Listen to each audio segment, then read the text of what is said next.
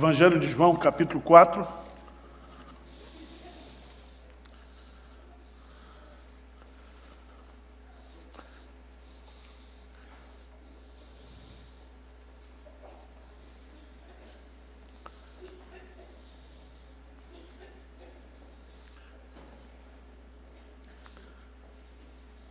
Versos 46 a 54.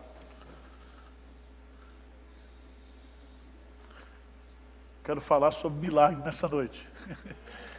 Jesus pode fazer na sua vida o milagre que você necessita. Dirigiu-se de novo a Caná da Galileia, onde da água fizera vinho. Ora, havia um oficial do rei, cujo filho estava doente em Cafarnaum. Tendo ouvido dizer que Jesus viera da Judeia para a Galileia, foi ter com ele e lhe rogou que descesse para curar seu filho, que estava à morte. Então Jesus lhe disse: se porventura não virdes sinais e prodígios, de modo nenhum crereis. Rogou-lhe o oficial: Senhor, desce, antes que meu filho morra. Jesus então disse no verso 50, vai, disse-lhe Jesus, teu filho vive. O homem creu na palavra de Jesus e partiu. Já ele descia quando os seus servos lhe vieram ao encontro, anunciando-lhe que o seu filho vivia. Então indagou deles a que hora o seu filho se sentira melhor. Informaram: ontem, à hora 7ª, a febre o deixou. Com isto, reconheceu o pai ser aquela precisamente a hora em que Jesus lhe dissera: teu filho vive. E creu ele e toda a sua casa. Foi este o segundo sinal que fez Jesus depois de vir da Judeia para a Galileia. A narrativa desse texto tem uma dinâmica. E essa dinâmica vai mostrar a evolução da fé desse homem. Primeiro, ele cria que Jesus Cristo poderia curar o seu filho doente. Depois, no versículo 50, diz que ele creu na palavra de Jesus. E no final, no versículo 53, teu filho vive, e diz assim, e creu ele e toda a sua casa. Significa que de uma fé mística, de uma fé sem fundamento, sem consistência, ele evolui para a fé na palavra de Deus, e no final, o milagre acontece, e ele passa a crer também de uma forma o quê? Salvadora. Ele recebe a fé salvadora de Deus. E esse é um grande ensinamento que a gente traz para nós, porque há pessoas que crerão diante de milagres. O livro de Atos dos Apóstolos, capítulo 3, registra que Pedro e João iam para o templo, e ali eles realizam um milagre exponencial. E por causa daquele milagre, daquele aleijado bastante conhecido, eles pregam a palavra e multidões creem. Aquele milagre serviu como uma porta de entrada para que o evangelho entrasse na vida daquelas pessoas. Para nós crentes, como aconteceu com a Adriana aqui, os milagres de Deus servem para aprofundar o nosso relacionamento, o quê? Com Deus. Os milagres de Deus na vida da igreja, na vida dos crentes, servem justamente para que nós experimentemos o poder de Deus e aprofundemos o nosso relacionamento, o nosso conhecimento e a nossa fé amadureça e cresça. Porque todas as vezes que Deus faz um milagre na vida da igreja, nós admiramos mais a Deus. A nossa fé se robustece. A nossa fé aceita maiores desafios.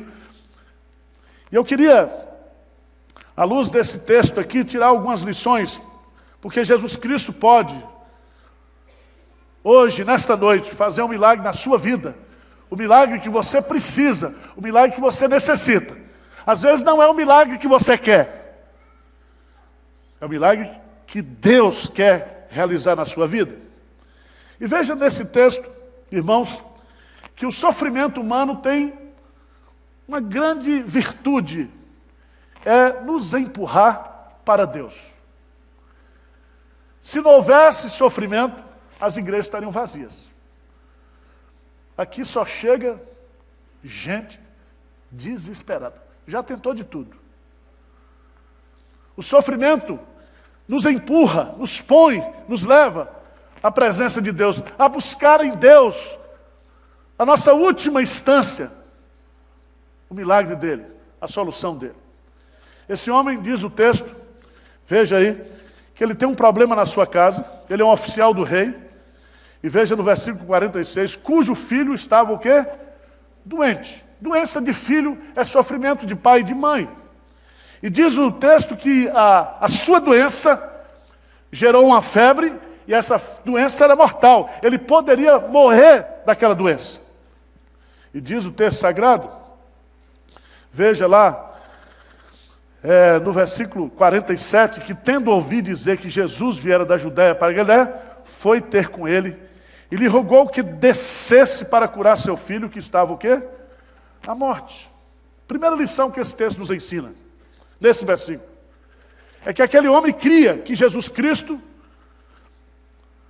era poderoso para realizar o milagre que ele precisava. Mas Jesus precisaria ir onde estava o quê? O enfermo. Você já notou que nessas igrejas neopentecostais, eles dizem assim, traga uma peça de roupa do seu filho. Uns levam a carteira de identidade, né? A RG. E aqui há um desconhecimento da onipresença de Jesus, da onipotência de Jesus. Que para que Deus realize um milagre, o problema não precisa estar presente. O enfermo não precisa estar presente. A presença de Jesus enche a terra. Nós não podemos fugir da sua presença. E é tão interessante, irmãos, que esse homem, ele pensava que Jesus Cristo precisaria ir lá na sua casa, tocar no enfermo, ungir o enfermo, colocar a mão sobre o enfermo. E esse homem tinha, na sua base, na sua origem religiosa, esse misticismo que nós temos hoje, de colocar o copo d'água, e orar, e transferir para o copo d'água o poder, para que ao tomar aquela água, o milagre aconteça. Uma fé defeituosa. Jesus, ele é onisciente, onipotente e onipresente. O espaço e a distância não impedem a operação do poder de Jesus, porque ele é o Senhor do tempo e é o Senhor do espaço. Uma oração que eu faço aqui pode curar uma pessoa no Japão, agora. Porque Jesus está presente em todos os lugares.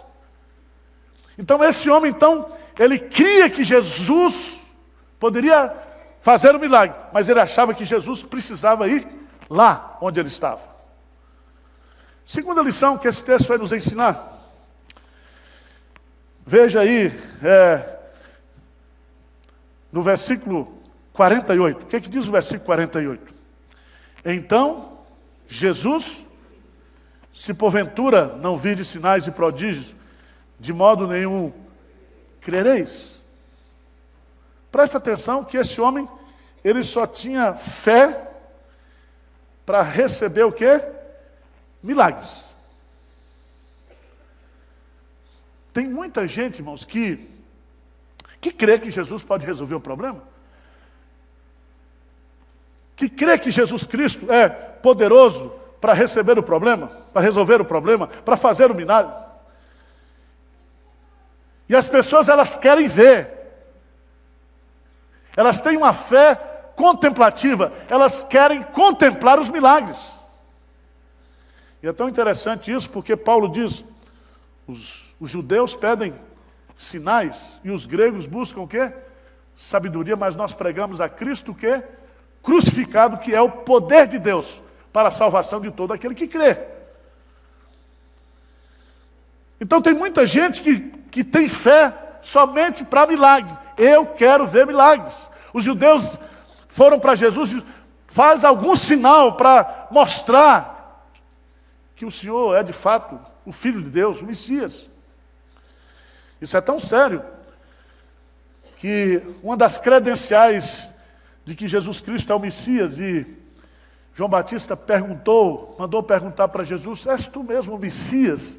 E Jesus então manda um recado para João Batista: olha, diga para João Batista que os cegos veem, os coxos andam, os aleijados são curados, os mortos ressuscitam. Há uma manifestação do poder de Deus que dá autenticidade. E tem muita gente que só tem fé para ver. Por isso, meus amados irmãos, não se iludam que onde houver promessa de milagre, promessa de portento, isso vai atrair muita gente, porque as pessoas são atraídas por sinais e milagres. Terceira lição que o texto nos ensina. Veja lá, lê comigo, por favor. Versículo 49, o que diz? Rogou-lhe o oficial: Senhor, desce antes. Presta atenção que ele cria que o poder de Jesus se estendia somente até a morte. Ele só precisa descer antes que ele morra, porque depois que ele morrer, não vai resolver nada. Lembra de Marta e Maria? Maria disse: se o Senhor estivesse aqui, o meu irmão não teria morrido. O Senhor chegou atrasado, 4 dias depois. E às vezes, meus amados irmãos, nós, na nossa fé, nós pomos limites ao poder de Jesus. Até aqui Jesus resolve, daqui para diante não. Daqui adiante não.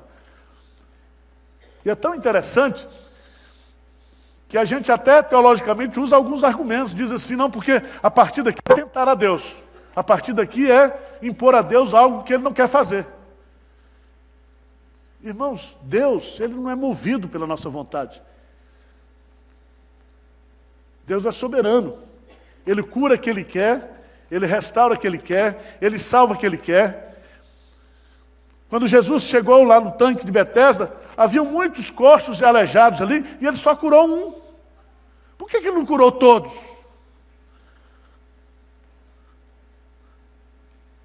E aí eu queria chamar a sua atenção para o fato de que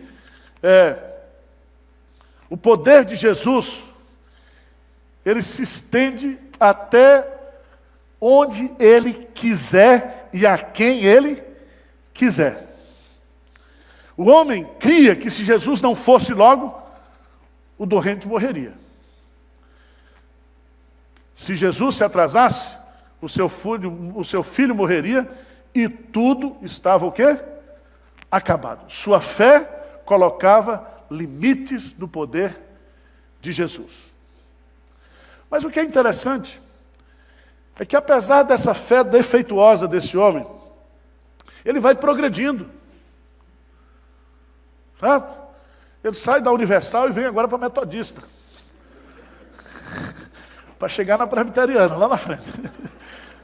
Ele está em evolução. Por isso que você não pode censurar essas pessoas, às vezes, que estão desesperadas, procurando a solução em Deus. E elas vão lá e elas querem, elas estão necessitadas. E diz o texto, veja, no versículo 50. Vamos ler juntos esse versículo. É muito importante esse versículo. Vamos ler juntos? Vai, disse Jesus, teu filho vive. O homem creu na palavra de Jesus e partiu. Primeiro, uma ordem de Jesus. Qual é a ordem? Vai. É um imperativo. Siga em frente, retorne para sua casa, encontre-se com seu filho. O vai aqui significa o teu problema está o quê? Resolvido. Jesus diz para os 10 leprosos, ao ouvir aquele clamor, vai e mostra aos sacerdotes. E diz o texto que quando aqueles 10 leprosos, eles obedecem à voz de Jesus, o comando de Jesus, nesse processo de obediência, o milagre o quê? Acontece. Vai. Você está dispensado, pois o seu pedido foi o quê? Atendido. Mas Jesus não dá somente uma ordem, Jesus dá uma certeza. Qual é a certeza que ele dá aqui? Teu filho o quê? Vive. Teu filho vive. Que coisa maravilhosa, irmãos. Que coisa gloriosa. Jesus exercita a sua onipotência e a sua onipresença. Ele restaura naquele momento a vida daquele rapaz doente. E ele garante para aquele pai aflito que naquele momento em que ele pronuncia teu filho vive, a bênção acontece lá.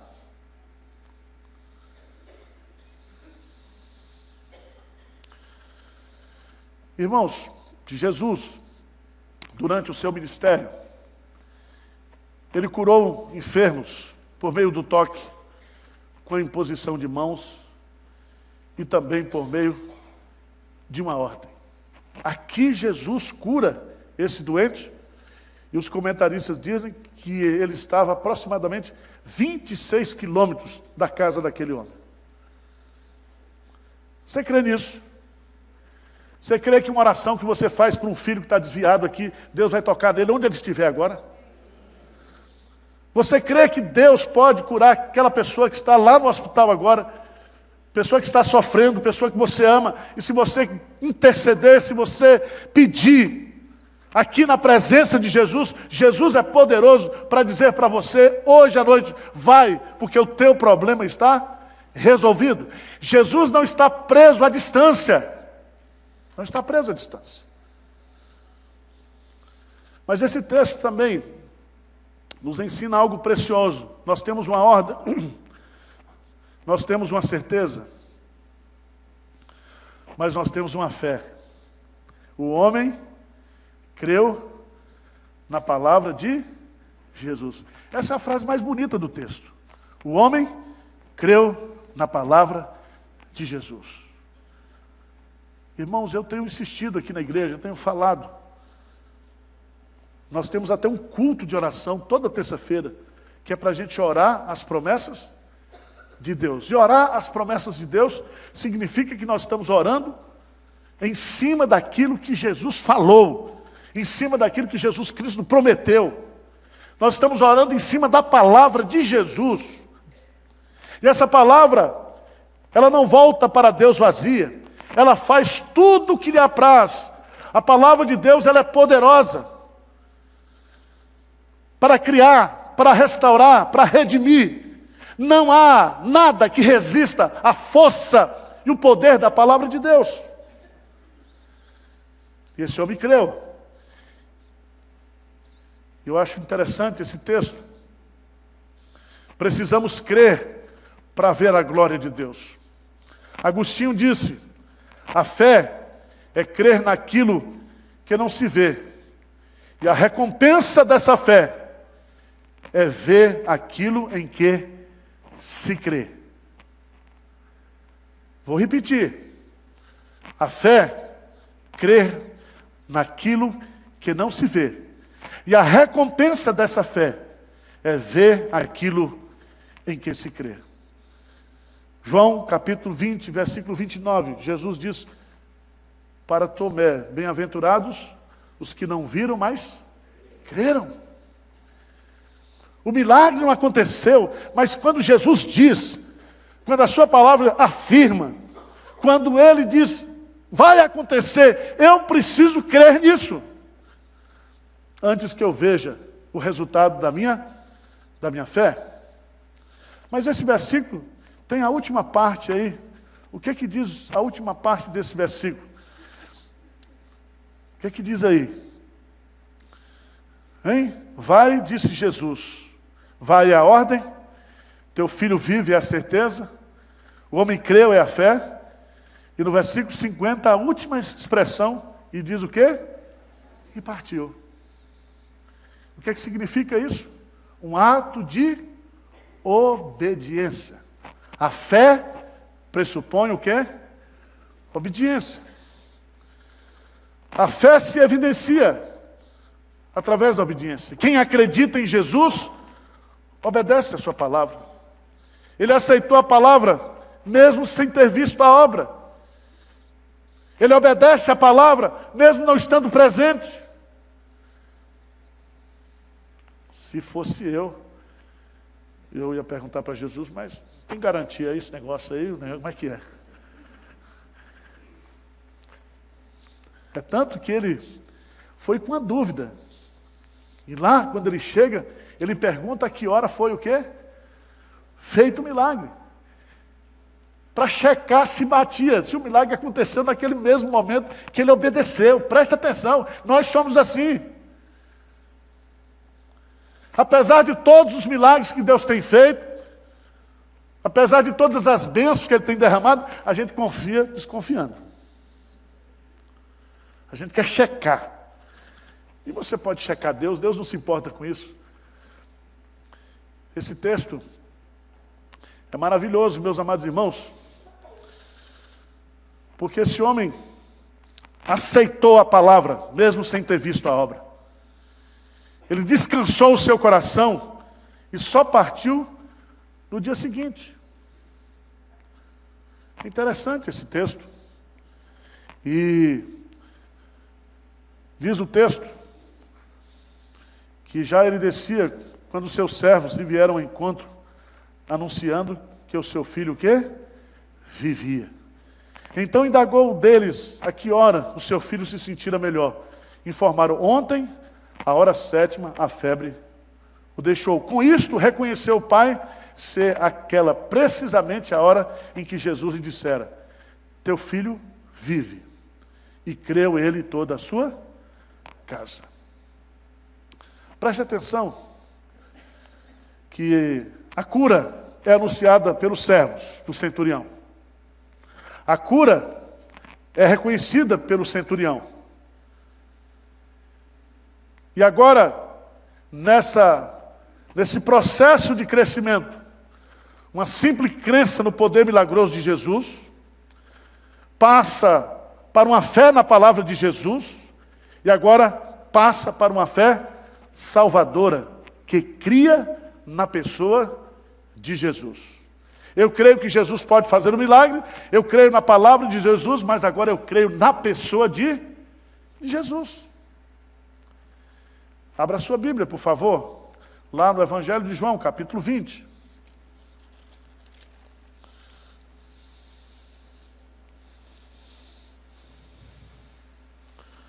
Versículo 30, diz assim: na verdade, fez Jesus diante dos discípulos muitos outros sinais que não estão escritos neste livro.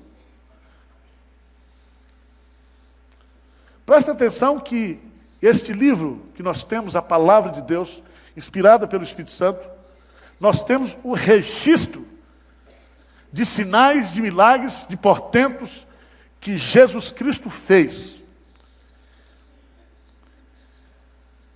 Examinais as Escrituras, porque cuidais ter nelas o quê? A vida eterna, e são elas que de mim testificam. Eu preciso conhecer as Escrituras, eu preciso ler as Escrituras. E diz o texto sagrado, no versículo 31, diz: esses, porém, foram registrados para que creiais que Jesus Cristo é o Cristo, o Filho de Deus. Não é para que você creia que Ele é poderoso para fazer. Porque poderoso para fazer é o começo. Crer na palavra é o começo. Porque a Escritura quer nos conduzir a uma experiência pessoal com Jesus. Porque o maior milagre não é a cura física. O maior milagre é a nossa o quê? Salvação. O maior milagre é a vida eterna. E todas as circunstâncias são tramadas por Deus, são estabelecidas por Deus. E Ele usa sofrimento, Ele usa angústia, Ele usa problemas, Ele usa circunstâncias, pessoas. Mas o propósito de Deus é nos conduzir a Cristo. E diz o texto sagrado, você lê o livro, estuda o livro, ouve a pregação deste livro, e aí você crê que Jesus Cristo é o Filho de Deus, e crendo, você tem o quê? Vida em seu nome. O que eu acho interessante aqui nesse texto, alguns comentaristas vão dizer que a partir daquele momento, a fé que existia naquela casa não era uma fé miraculosa, uma fé para ver milagres, mas eles creram definitivamente na salvação. E alguém comentando esse texto disse, poderia se colocar aquilo que foi colocado na casa de Zaqueu. Hoje veio salvação a esta casa. Porque ali se creu na pessoa de Jesus, no poder de Jesus, na identidade de Jesus. Todo aquele processo de cura e de milagre teve como propósito produzir essa fé maravilhosa. Tem muita gente que começa assim. Começa com um problema, vem para a igreja, recebe uma oração, recebe um analgésicozinho espiritual, certo? Uma dipirona,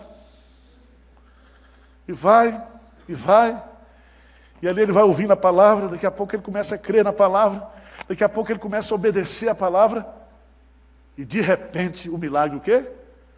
Acontece. Porque ninguém conhece o Pai, senão o Filho, e ninguém conhece o Filho, senão o Pai, aquele a quem o Filho quiser revelar. Aquela enfermidade veio sobre aquela família, aquele milagre veio sobre aquela família, porque Jesus Cristo queria entrar nos corações dos membros daquela família. Jesus queria salvar aquela casa. Jesus queria dar vida eterna para aquela casa. E eu quero dizer para você nessa noite que está nos assistindo, você que está aqui, Deus pode fazer grandes milagres na sua vida. Mas o maior milagre que Ele pode fazer é a sua conversão, a sua regeneração, o seu novo nascimento. Todos os seus pecados serão perdoados, você será uma nova criatura em Cristo Jesus. Você que é crente, está passando por provação. A gente passa por provação, por sofrimento, quando a gente obedece a Deus, sabia disso, né? Se você não obedecesse a Deus, você não teria tantos problemas como você tem. Mas, por outro lado, a gente sofre quando a gente o quê? Desobedece a Deus. Então, você só tem duas opções. Sofrer obedecendo e sofrer o quê? Desobedecendo. É melhor, eu recomendo. Aqueles que querem viver piedosamente em Cristo Jesus sofrerão o quê? Perseguições. É melhor sofrer obedecendo. Mas se você quiser nesta noite dizendo, pastor, eu preciso de um milagre na minha vida, eu quero que Jesus restaure a minha vida, restaure meu casamento, minha família, qualquer que seja o departamento da sua vida que está desajustado, Jesus pode fazer um milagre. Amém? Vamos ficar de pé, vamos orar.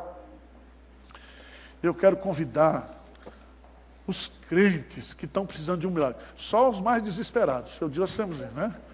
Se você está precisando de um milagre, né? Vamos aproveitar a carona da Adriana e dizer, Senhor, faz aqui também. Né? Eu quero convidar você para a gente orar agora, para a igreja toda interceder por você. Já veio a Martinha, olha, a Martinha já está aí. Essa benção. Uma bênção como essa moça. E eu até hoje não sei como que eu vou conseguir agradecer pro resto da minha vida. Amém. Dá licença, eu preciso ajoelhar. Tá bom, minha santa, pode ajoelhar. Ajoelhou, tem que rezar, tá? Pode vir para cá, os crentes que quiserem vir. Vamos orar.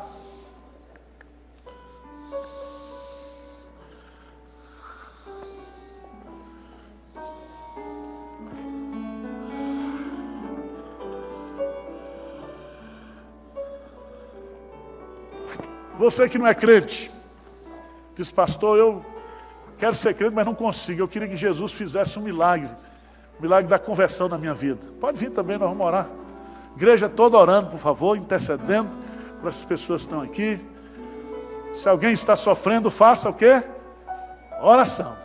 Orai uns pelos outros. Levai as cargas uns dos outros.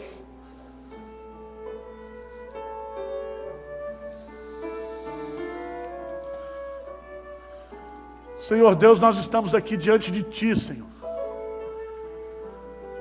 O Senhor nos conhece. Nós precisamos de uma intervenção do Senhor na nossa vida. De um milagre que só o Senhor pode fazer. E nós não vamos procurar ninguém. Para quem iremos, Senhor? Para quem iremos nós? Nós não vamos a lugar nenhum, Senhor. Nós vamos ficar aqui no Teu altar, na Tua presença. E vamos dizer como Jacó: não te largarei enquanto o Senhor não nos abençoar. Nós não temos ninguém na terra, no céu. O Senhor é a nossa porção, a nossa herança. E nós precisamos desse milagre, dessa cura, dessa restauração. Nós precisamos de salvação na nossa vida, na nossa casa, no nosso casamento, nos nossos relacionamentos. O Senhor sabe aqui, Senhor. Então, Pai, do Teu trono de graça, ordena a vitória para o Teu povo nesta noite. Ordena, Senhor, do Teu trono, o milagre na vida desse povo que sofre, que Te busca. Nós precisamos de Ti, Senhor. Nós não somos absolutamente nada sem Ti, e nós não podemos fazer nada sem o Senhor. Assim como o Senhor disse para aquele homem: vai. E aquele homem recebeu dos lábios do Senhor a certeza: o teu filho vive. Que o Teu Santo Espírito fale a cada coração aqui nessa noite, dizendo: o teu problema está resolvido. Nós cremos na Tua palavra. Nós cremos nas Tuas promessas. Nós vivemos pela fé, Senhor. Tem misericórdia de nós e opera o milagre nesta noite, para o louvor da Tua glória, para que o Teu nome seja glorificado, para que o nome de Deus seja glorificado. Em nome de Jesus. Amém, Senhor. Toma posse da bênção. Vá para casa, na certeza de que Deus resolveu. Tá certo? Vamos cantar, gente. Vamos louvar o Senhor de todo o nosso coração. Vamos lá.